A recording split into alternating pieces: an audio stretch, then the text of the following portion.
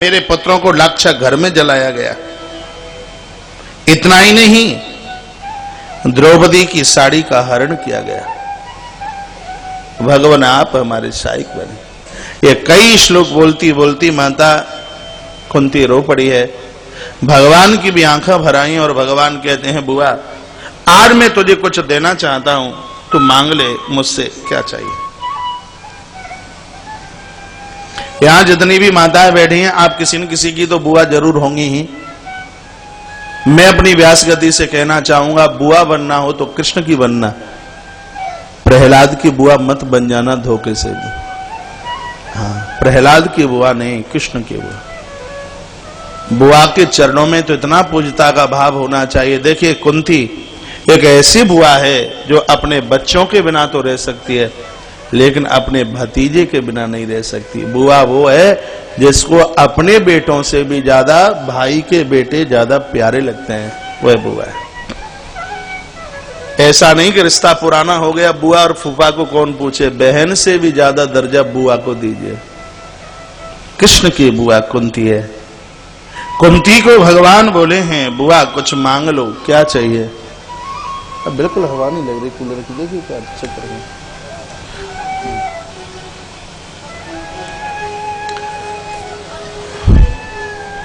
माता कुंती ने वह मांगा कि दुनिया के इतिहास में कोई मांगने को तैयार नहीं होगा।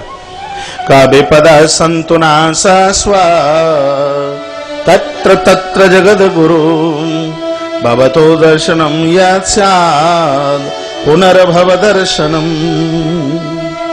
का हे भगवान, हे परमात्मा, यदि आप देना चाहते तो हे जगत गुरु अस्माकं सस्वद विपदा संतु, मैं हमेशा के लिए आपसे विपत्ति ही मांगना चाहती हूँ, दुख मांगना चाहती हूँ, आप मुझे दुख दे दीजिए। भगवान ने कहा, बुआ आज ये मैं पहली बार देख रहा हूं कि किसी ने मुझसे विपत्ति मांगी है, दुखड़ा मांगा है। नहीं तो लोग मंदिर में 10 पैसे की अगरबत्ती जलाते हैं, कहते हैं सुख संपत्ति घर आवे, कष्ट मिटे तन का ओम जय जगदीश हरे। जितनी भी सुख सुविधाएं हमारे घर आ जाए और हमारे घर में जो कलह है, गरीबी है, वो सब पड़ोसी के घर पहुंच जाए। लेकिन बुआ तुम मुझसे विपत्ति मांगती हो, यह बात मेरी समझ में नहीं आई।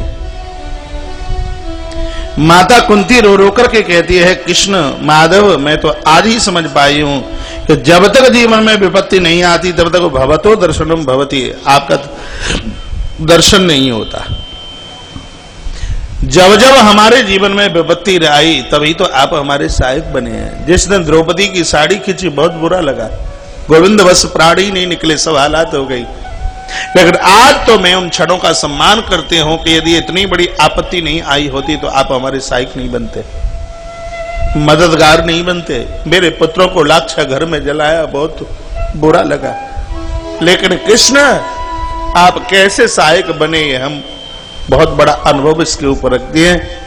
अभी मेरा पुत्र हस्तिनापुर की गद्दी पर बैठा नहीं है, सिर्फ देहली तक पहुंचा है, तब तक आपने द्वारका जाने की बात कह दी है। तो ऐसा हस्तिनापुर का राज्य हमें कभी भी नहीं चाहिए कि हमारा कृष्ण जीवन से चला जाए।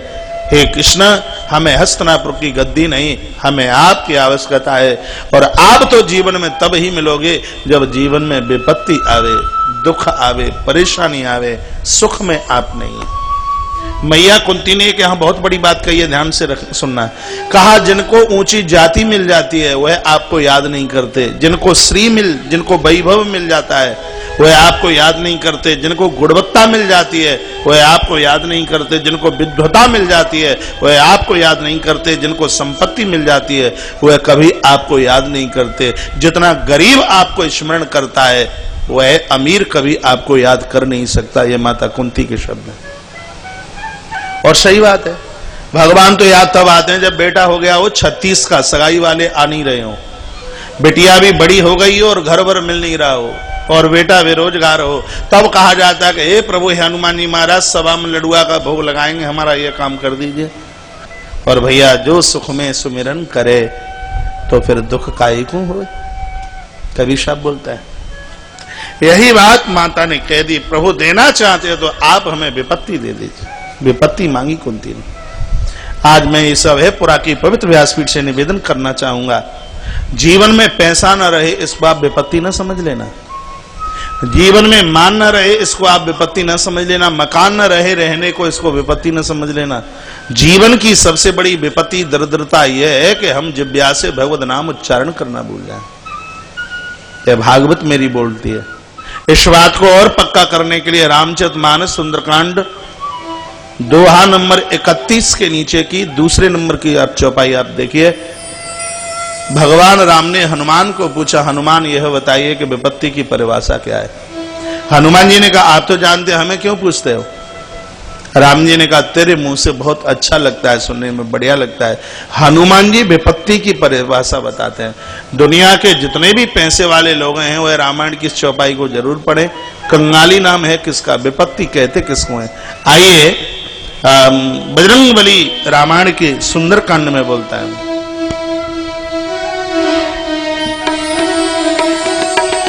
कही हनुमंत विपत्ति प्रभु सोई, कही हनुमंत विपत्ति प्रभु सोई, जब तब सुमिरन भजन सोई, हरि हनुमंत विपत्ति प्रभु सोई, तब तब सुमिरन भजन होई।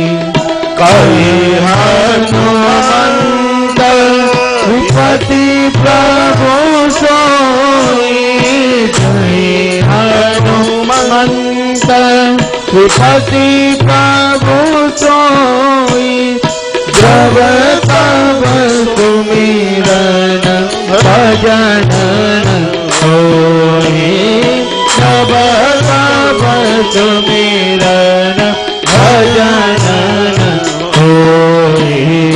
हरि हनुमंत विपत्ति प्रभु सोई, जब तब सुमिरन भजन।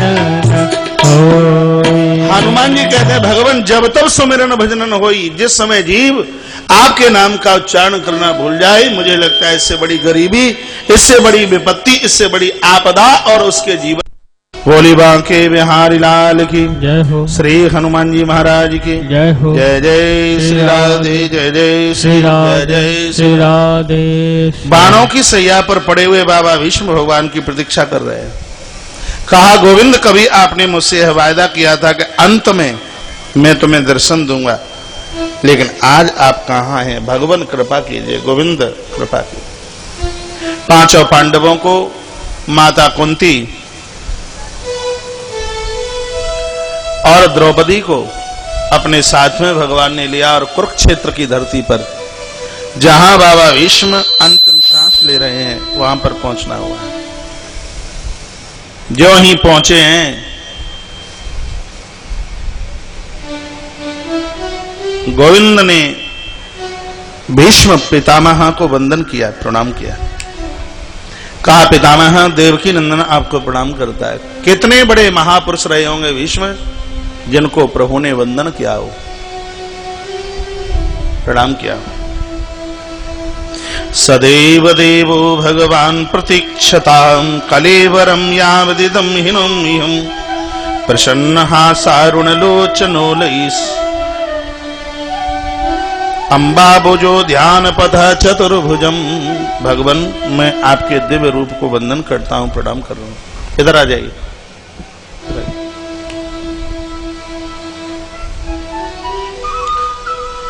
प्रतीक्षा बहुत कराई आपने।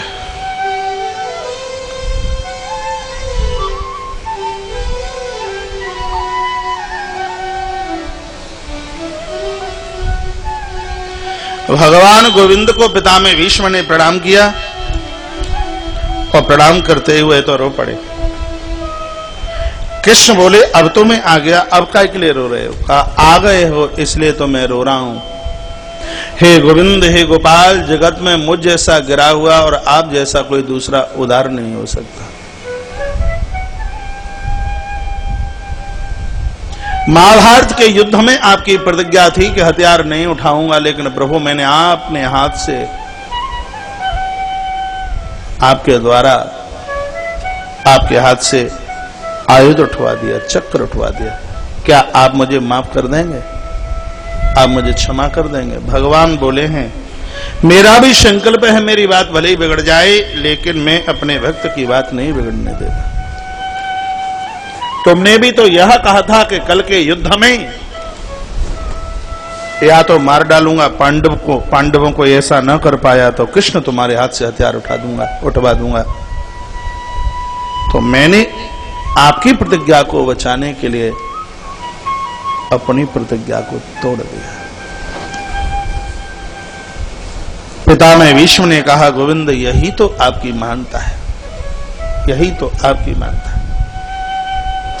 आग्रह किया है माधव ने, कहा पितामह हस्तिनापुर का वह स्थान अभी रिक्त है जहां एक धर्म सम्राट बैठा, जहां का एक शासक बैठा करता था। बड़े भैया युधिष्ठिर आए हैं, इनको कुछ आप राजनीति के बारे में बता दीजिए। युधिष्ठिर ने प्रणाम किया है, बहुत रोए हैं। और जब अर्जुन ने प्रणाम किया तो पितामह भीष्म की आंखों की अश्रुधारा बंद नहीं है। अर्जुन भीष्म को अतिशय प्रिय है, बहुत प्यार है।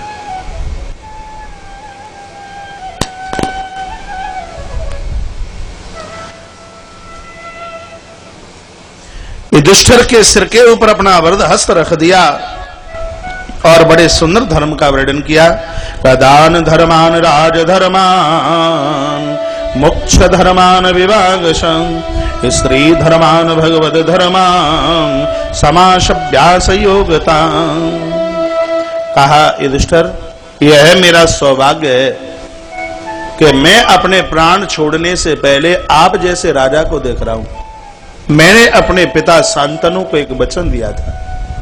युधिष्ठिर, मैंने अपने पिता को कहा था, पिताजी जब तक मैं हस्तिनापुर को चारों तरफ से सुखी ना देख लूं, सुरक्षित ना देख लूं, तब तक मैं अपने प्राणों को नहीं छोड़ूंगा। मुझे इच्छा मृत्यु का वरदान मिला युधिष्ठिर, ये तो मैं भी पता है। पुत्र, यह मेरा सौभाग्य है कि आज हस्तिनापुर की गद्दी पर मैं युधिष्ठिर जैसा सम्राट देख रहा हूं। बेटा, मेरा एक कहना है, मेरी यह बात मानना। तो यह है, मनु जी महाराज ने मनुष्य स्मृति में इस बात का बहुत वर्णन किया है। पितामह भीष्म भी बिल्कुल वही बात बोल रहे हैं। कहते हैं, भीख मांगनी पड़े स्वीकार कर लेना, लेकिन जन्मभूमि के मातृभूमि के टुकड़े मत करना। तो भीष्म के शब्द हैं कि जैसे एक माता कुंती के 5 हिस्से नहीं किए जा सकते, उसी प्रकार से हस्तिनापुर की धरती के टुकड़े मत करना। महाभारत का युद्ध नहीं होता, ये गलती मैं नहीं करता। मैंने इंद्रप्रस्थ को हस्तिनापुर से अलग किया, दुर्योधन की नियति में खोट आया और यह इतना बड़ा युद्ध हो गया। कहा, बेटा, भाई और भाई की एक बहुत बड़ी ताकत होती है। यहां इस जगह पर बाबा भीष्म ने युधिष्ठिर को पूछा कि भगवान तुम्हें ये कहेंगे तुम्हें क्या चाहिए? तो युधिष्ठिर ने एक बात कही, पितामह भगवान से मैं मुक्ति नहीं मांगूंगा, परमात्मा को मैं ये कहूंगा कि द्वारा से धरती पर मुझे जन्म मिले तो मुझे मेरे ये 4 भाई जरूर मिले। 2 भाई मेरी 2 भुजा और 2 भाई मेरे 2 चरण हैं, भीम और अर्जुन भुजा और नकुल और सहदेव यह मेरी टांगे हैं, यह मेरे चरण हैं। बाबा भीष्म अपने प्रवचन को आगे बढ़ाते हुए कहते हैं कि राजा को दानशील होना चाहिए। यदि कोई राजा अपना उद्धार चाहता है तो प्रजा के अंदर दान का बीजारोपण करे। राजा का उत्थान, राजा की गति तभी होती है। और राजा गद्दी पर बैठने का अधिकार युधिष्ठिर तब है जब वह प्रजा के साथ में अपना पुत्र जैसा व्यवहार करता है। जो राजा अपनी प्रजा को पुत्र का दर्जा नहीं देता, ऐसे राजा की दुर्गति होती है। युधिष्ठिर, तुम उस खानदान में पैदा हुए हो जहां व्यक्ति को जन्म से बड़ा नहीं, जहां व्यक्ति को कर्म से बड़ा माना जाता है। तुम्हारे पूर्वज हुए श्री भरत, जिन्होंने उपमन्यु के पुत्र को गद्दी का मालिक बना दिया। अपने 9 पुत्रों में से एक भी बेटे को गद्दी नहीं दी। और यह बात उन्होंने कही कि व्यक्ति जन्म से नहीं, व्यक्ति कर्म से बड़ा होता है। राजन, कर्म के ऊपर पूर्ण विश्वास रखना। तत्पश्चात तो फिर आगे स्त्री धर्मान विभागसा। राजा का यह धर्म और कर्तव्य है कि उसकी आंखों से नारी का अपमान न हो, वह देख ना पाए, बर्दाश्त न कर पाए। नारी के सम्मान के लिए यदि उसको प्राणों की आहुति भी डालनी पड़े तो डाल दे, नारी का वह सम्मान करे। कथा बड़ी लंबी है। द्रौपदी पास बैठी हुई थी, द्रौपदी को हंसी आई है क्योंकि घटना द्रौपदी के साथ घटी है। पूछा पितामह ने, बेटी हंसी क्यों आई? आप जैसे महापुरुष के मुख से मैं नकली प्रवचन सुनूं तो हंसी नहीं तो और क्या आएगी? पितामह, भरे दरबार में जिस समय मेरे वस्त्र का हरण दुशासन के द्वारा हो रहा था, आप यह बताइए मैंने किसकी शरण नहीं मांगी? मैंने किसके चरणों में प्रार्थना नहीं की? मुझे देखकर आप सबने अपनी गर्दन को नीचा कर लिया। मैं पूछना चाहती हूं कि उस समय तुम्हारा ये नारी धर्म कहां चला गया?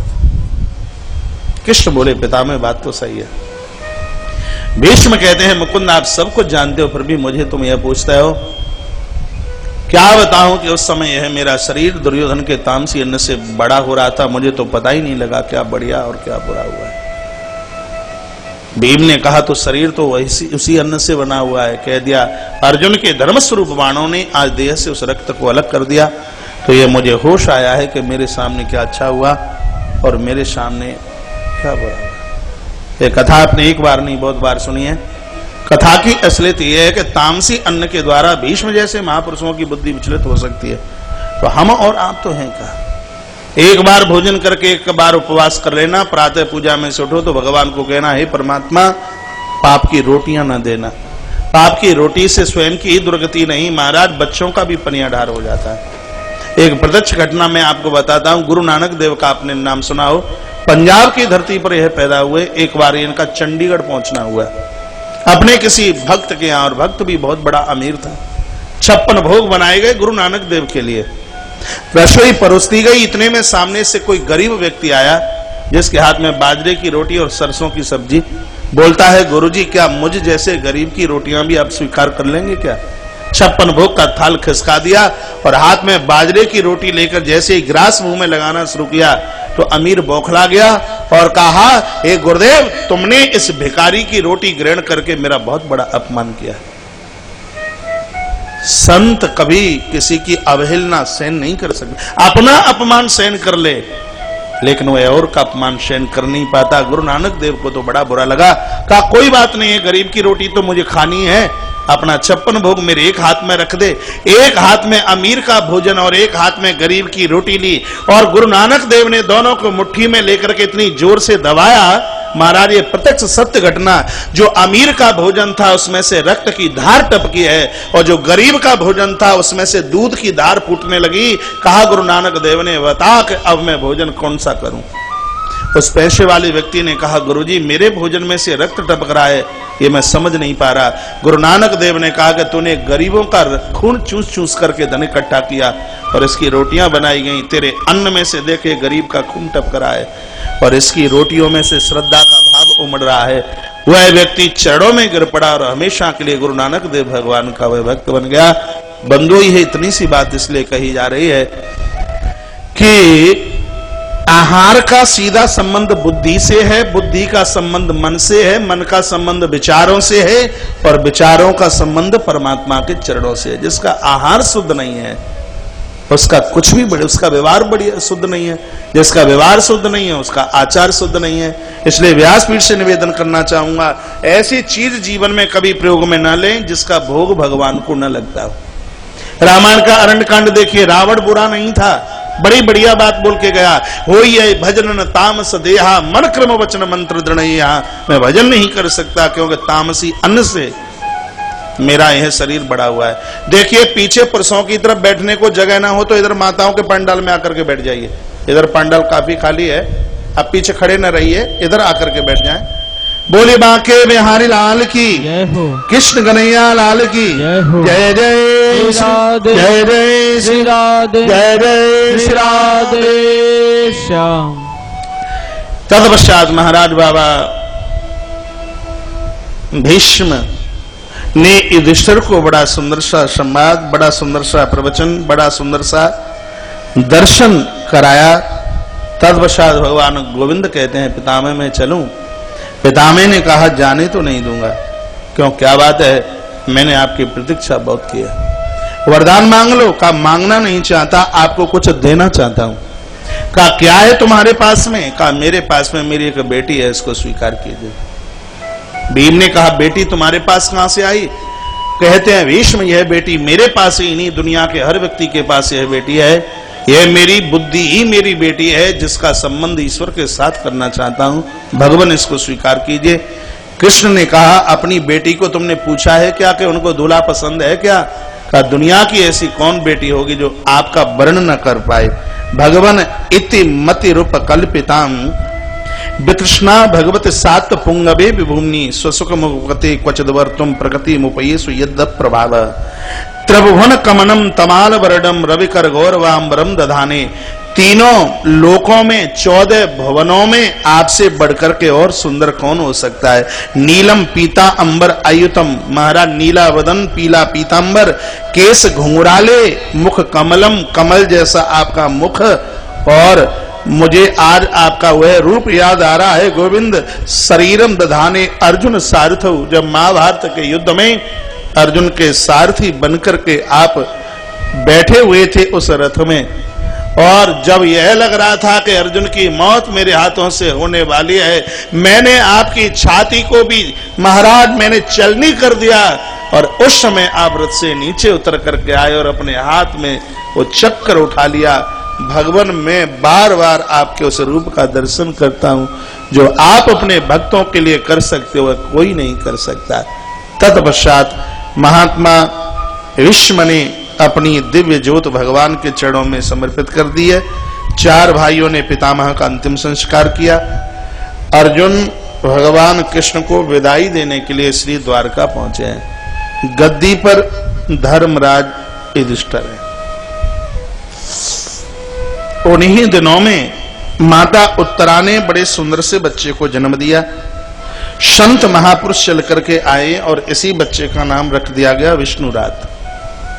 क्या नाम रखा इस बालक का? विष्णुरात। लेकिन बालक जन्म लेते ही सबके हृदय में उस परमात्मा का दर्शन करने लगा जिस ईश्वर ने गर्भ में इस बालक की रक्षा की है।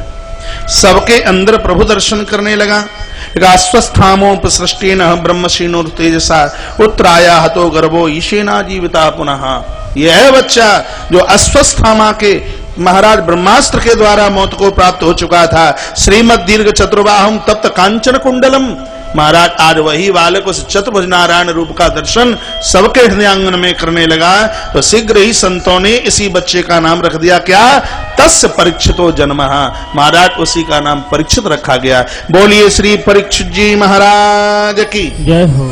धर्मराज युधिष्ठिर ने ब्राह्मणों के चरणों में वंदन प्रणाम किया और कहा कि जरा आप इस बालक की गुणवत्ता का और इसकी दुर्गुणता का आप वर्णन कीजिए। कोई कमी हो तो उसको बताइए, विशेषता हो तो उसको बताइए। तो ब्राह्मण उच्च ब्राह्मण बोले, हे धर्म परीक्षित इक्ष्वाकुर्वः प्रजापति पालक। इक्ष्वाकु की तरह ये तुम्हारा बेटा प्रजा का पालक होगा। श्री राम एव ब्रह्मण्य, भगवान प्रभु श्री राम की तरह ये ब्राह्मणों का पुजारी होगा। सत्य वक्ता च, हरिश्चंद्र के समान यह सत्यवादी होगा। शिवरवि दाता शरण्यस्य, शिव और दधीची के समान यह उदार होगा। भरता यव ज्ञाति नाम यशो विस्तारकः, श्री भरत जी महाराज की तरह ये यश का विस्तार करने वाला होगा। अर्जुन कार्तवीर्य विव धन्वी, धनुष चलाने में ये कार्तवीर अर्जुन की तरह होगा। पावक एवं तेज में अग्नि की तरह होगा। समुद्र एवं गंभीर, गंभीरता में यह सागर की तरह होगा। सिंह एवं पराक्रमी, शेर की तरह पराक्रमी होगा। हिमवान एवं सताम शिव्यो, और पर्वत की तरह यह अचल होगा। और भूरेवा क्षमावान, धरती की तरह यह क्षमावान होगा।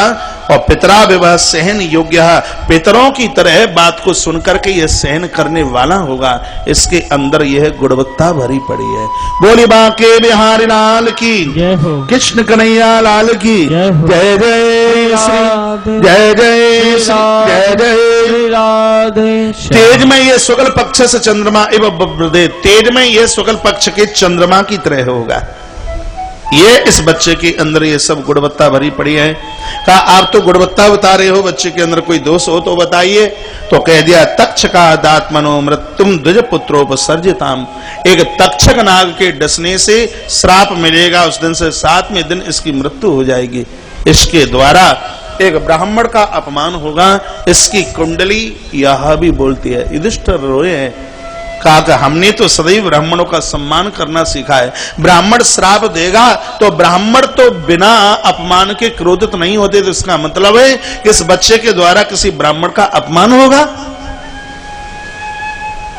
ये ब्राह्मण देवता कहते हैं कि राजन रोइए मत, यह श्राप इस बच्चे के लिए वरदान बन जाएगा, क्योंकि इस श्राप की वजह से इस बालक को 7 दिन और 7 रात्रि तक श्रीमद् भागवत की कथा सुनने का सौभाग्य प्राप्त होगा। ये इसकी जन्मपत्री, ये इसकी कुंडली बोलती है। बंधो, ब्राह्मण देवता वहां से चले गए हैं। बालक परीक्षित अब छोटे से बड़े हुए। अब वह समय आ रहा है कि पांडवों का हस्तिनापुर छोड़ने का समय।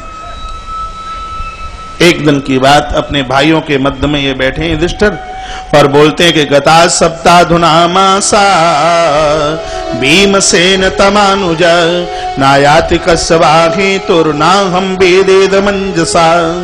भैया आज 7 महीने व्यतीत हो गए, लेकिन बंधु इच्छा द्वारका मया प्रवेश तो अर्जुन द्वारका के लिए गया है और अभी तक उसका आना नहीं हुआ। सप्तमासा गता अद्यापि कस हेतु नायति न तद वेदमी। 7 महीने व्यतीत हो गए, नारदेन कथिता काल सेव प्राप्ता किम। मुझे लगता है कि देवर्षि नारद ने जो कहा था वही समय तो नहीं आ गया। क्या कहा था नारद ने ये कहा था कि कलयुग का आगमन होने वाला है। अब अपनी लीला समेटना शुरू कर दीजिए, क्योंकि मैं रास्ते में चलता हूं तो दिशाएं चिंगारती हैं। देवतानी रुदंती व स्वीदंती चलंत च। देवता रोते हैं, दिशाएं चिंगारती हैं। मुझे लगता है भीम कुछ बहुत बुरा होने वाला है, कोई अशुभ सूचना सुनाने वाला है। बस इतना कहा ही था, इतने में अर्जुन आए हैं और युधिष्ठिर के चरणों में आकर के गिर पड़े। कहा वंच तो हम महाराज हरणा बंधु रूपिणा। कहा भैया बहुत बुरा हो गया। युधिष्ठिर ने उठा करके कंठ से लगा लिया और कहा बताइए तो सही क्या हुआ। का श्री कृष्ण वंचितो अस्मि, मैं भगवान कृष्ण से वंचित हो गया। का क्या हुआ।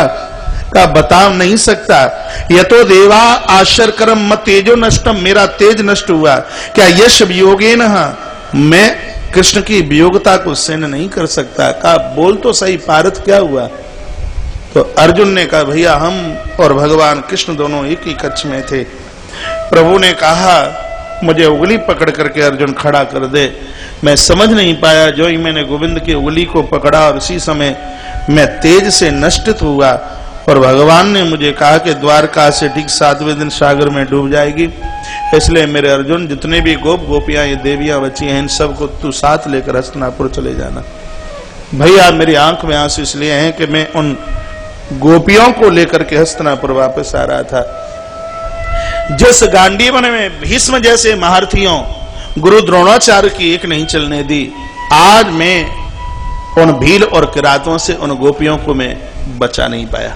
ये पूरी की पूरी कथा क्यों कही जा रही है। लोग छाती पीट पीट कर यह कहते हैं मैंने किया है, यह मेरे द्वारा हुआ है। लेकिन बंधु ये कथा कहना चाहती है जीवात्मा तू करने में सक्षम तब तक है जब तक परमात्मा का